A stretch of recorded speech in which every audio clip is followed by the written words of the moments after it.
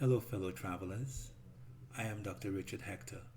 Welcome to episode 2 of Soucouyant, a Caribbean supernatural tale where we reimagine the Soucouyant, a character from the folklore of the Caribbean.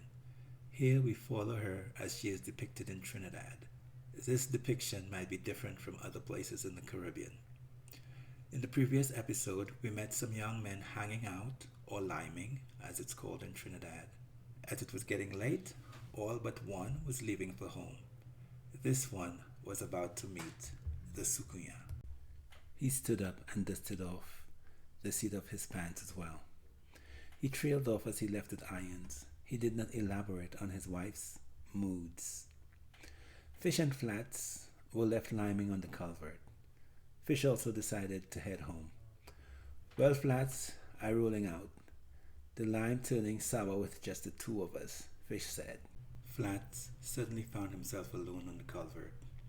He had to wait for his contact to show up with the merchandise, so he sat listening for any sound in the quiet of the night.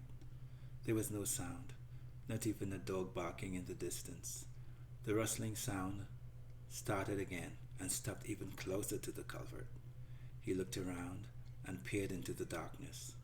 He did not see any person or any animal. He stood up, stretched his back, and stooped. I don't like people being late at all, he said to himself. He was more than worried by the quiet. He was afraid. He decided to leave. He did not live in the area, so he had to go to his car parked down the hill from the culvert. As he was walking down the hill, his bladder signaled that it was full. For a moment, he thought of running to his car and relieving himself when he was out of the area. That thought he quickly pushed aside. If the fellows were playing a trick on him and caught him running, he would lose his reputation as a badger. In his circles, rep meant everything, money and personal security. So he walked to some bushes in the gully. He would relieve himself and be out of sight. He didn't think of it as hiding. He wanted to see without being seen. That is a good strategy in his circles. Since he was in the gully, he decided to go under a nearby bridge. That way, there was one way in and the exit was behind him. The exit was an added advantage, as he would have dark adapted his eyes compared to whoever entered the gully. He waited for 2 minutes, listening and watching. He did not want to be in the middle of doing his business and have to react. He was about to breathe easier and relieve himself when he heard some stones rolling down the gully. He backed under the bridge and crouched slightly, waiting to spring into action. He was ready to attack or to run. He heard stones rattle underfoot as someone was walking down the embankment. A female figure stood in silhouette under the bridge. She was shapely and slim. A slight wind caused a draft to blow under the bridge as the slight moon reappeared. He surmised that she was Indian because a gust of wind created a draft that blew long straight hair off her shoulders. He almost sagged with relief, but became suspicious and instantly wary. He said in a voice with real threat, "What you doing down here? You see a big man come to take care of business? I come to take care of business with the big man." Her tone sent chills down his spine. His voice shook slightly when he answered, "You better get out of here before you find yourself with serious problems." He crouched to fight as she took a step into the dark under the bridge. He was going to act before her eyes had time to adapt to the dark. "It's you who have the problem, and I am it." "Mother," as he snarled and lunged at the woman. He planned to beat her soundly, then have his way with her. His grasp clutched vainly at air. She punched him in the lower back as he rushed by. Pain exploded in his right kidneys. His knees buckled. With a painful scream, he crashed to the ground. Rough stones grated his palms. No one had ever hit him that hard, and he had been in a lot of fistfights. From his hands and knees, he collapsed to his stomach. For a microsecond, he entertained the urge to remain lying on the cool earth. Continuing to act while in excruciating pain was the main reason that he is alive. He rolled away from the river's edge to the bridge support wall. He pulled himself up on the rough stones. He took a big gulp of air, and a sob escaped his lips. Through watery eyes and stomach acid burning his throat, he looked and listened for his opponent. He could not see or hear her. She was not moving. Seconds flowed into a minute. The pain had subsided a bit, allowing him to assess his situation and think. He touched his back gingerly, feeling for blood. There was none. He touched the wetness on the front of his pants and smelled it. Again, it was not blood. He reached into his vest and pulled out a dagger he kept for emergencies. He kept his back firmly pressed against the wall and strained his neck, looking for movement in the shadows. "You think that knife will help you?" she said from somewhere in the darkness. "You're not leaving here tonight," he threatened, trying to goad her into talking. "One of us will be found here in the morning, and it won't be me," she said, and laughed as she knew what he was trying to do. "Your family will be holding a wake tomorrow night." He tried to get her to talk again so he could locate her from the direction of her voice. "Who will hold your wake?" she asked from his left. He put out his left hand and moved the knife to his center line. As soon as he touched her, he would slash, then stab. "One of us walking out and one staying," he said as he inched laterally to his left. He heard a shuffle and paused. He wanted to hear her voice again before lunging. "I'm not afraid to die under this bridge," he said, crouching. "I'm glad you said that," she whispered into his left ear. However, before he could grab her, she was gone. He saw her standing silhouetted in the opening of the bridge. He estimated that he could reach her in 2 steps.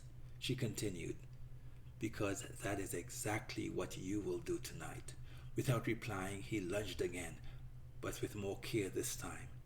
She still evaded his grasp and punched his knife-wielding hand. The pain caused his grip to loosen, and the knife clattered to the ground. Another punch landed in his solar plexus and knocked him back against the wall. He doubled over, unable to breathe. His next breath arrived with a sob. Then he could breathe, but not speak. He slowly unfolded his body and sagged against the wall. Tears and snot ran down his face. He sobbed another breath. She did not hit him again, and he could not see her. Sagging against the wall with his hands hanging limply by his side, he prepared his mind to feel his knife slicing or stabbing him at any moment. Instead, he smelled a soft perfume and felt her body press intimately against him. "Poor Flats," she said in mock, soothing tones. "You don't like being on the other side of a punch. A big man like you could take a hit. Come on, Dudu. Buck up for me." She flattened her breast on his chest and pressed her pelvis against him. His mind jerked back and forth in confusion. He thought he was about to be murdered. He knew she was strong enough to kill him. She must be a karate woman, he thought. She pressed against him. She was heavy, but not too heavy. Comfortable. Light kisses fluttered from his jawline to his neck and back again. She gently cradled the nape of his neck in the palm of her hand. His arms hung limply at his side. She took his arm and put his hand on her naked back. Even in his confusion, his body began to respond. She pulled his wrist up and put his hand on her breast. He felt energy rising like a phoenix from ashes. She ground her body on the swelling in his pants. "Ooh, that's better. Isn't this better than all that bad man and Bajan talk?" she whispered in his ear. Her voice was breathy, throaty, low and slow. "I know what you want to do instead of fighting. Do you want me?" He nodded in the dark. He still did not have the capacity to talk. The hand moved up from the nape of his neck and curled into his hair. She pulled down and raised his mouth to hers. She kissed him firmly. Then she let go of his hand, keeping it trapped on her breast. She reached down and pulled, using his buttock. His firmness cramped against her thigh. Her lips parted his with small kisses, as if knocking for a door to open. He parted his lips, and her tongue entered his mouth. It was a quick, small tongue.